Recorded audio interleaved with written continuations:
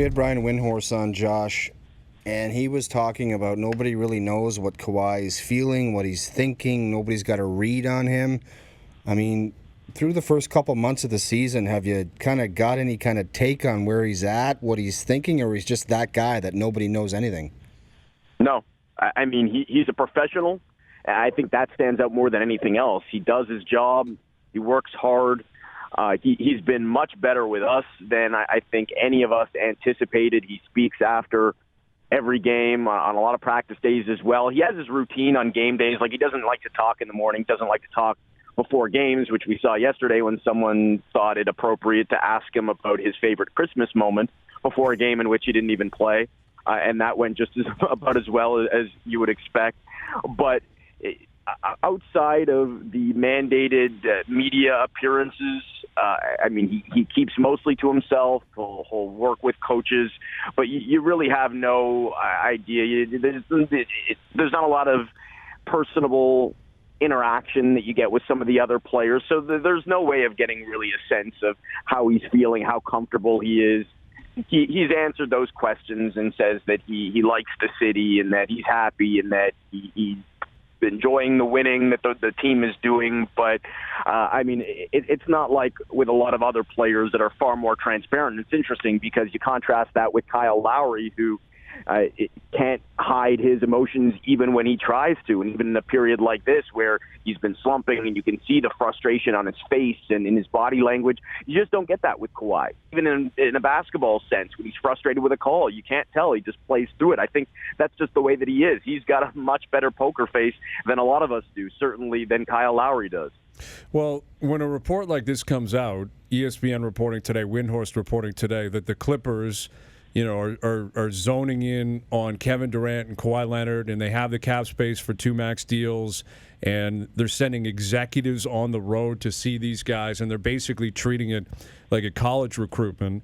They want both Durant and Kawhi to understand that those guys, everyone with the Clippers loves them. They're always around. Whenever they're ready to chat, let's chat, tampering or otherwise. Kind of has that vibe anyway.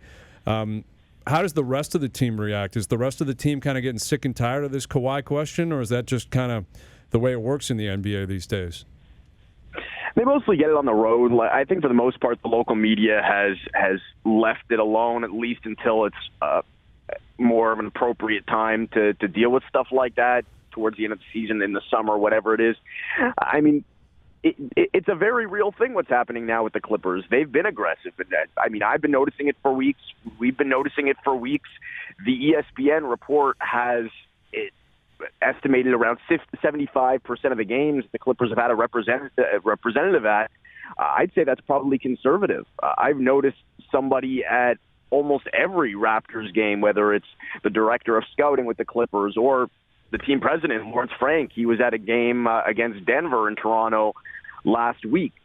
The question, of course, as you mentioned, there's a couple of them. Is it tampering, and is there any benefit to it? Now, in terms of tampering, there's a fine line, as you know, in the NBA and professional sports between what's tampering, what's not tampering, and let's face it,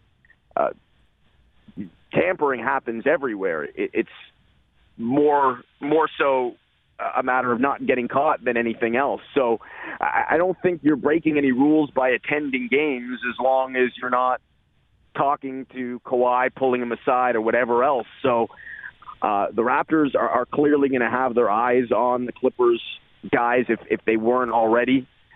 The NBA is going to, but as long as they're sitting there and watching games, I'm not sure what you can do. And that leads us to the other question. What does that accomplish? If you're just watching, you're not talking to anybody. And Brian, you make the comparison there between what a lot of the college coaches do, showing up to high school games, if for no other reason than to be seen. So then when you sit down with the kid, you can say, we were there, we're committed to you, we want you. And I think that works for 18-year-olds, certainly more than it works for NBA players, and I'd say it works for just about any NBA player more than it would probably work for Kawhi Leonard. I don't think Kawhi cares who's there or why they're there.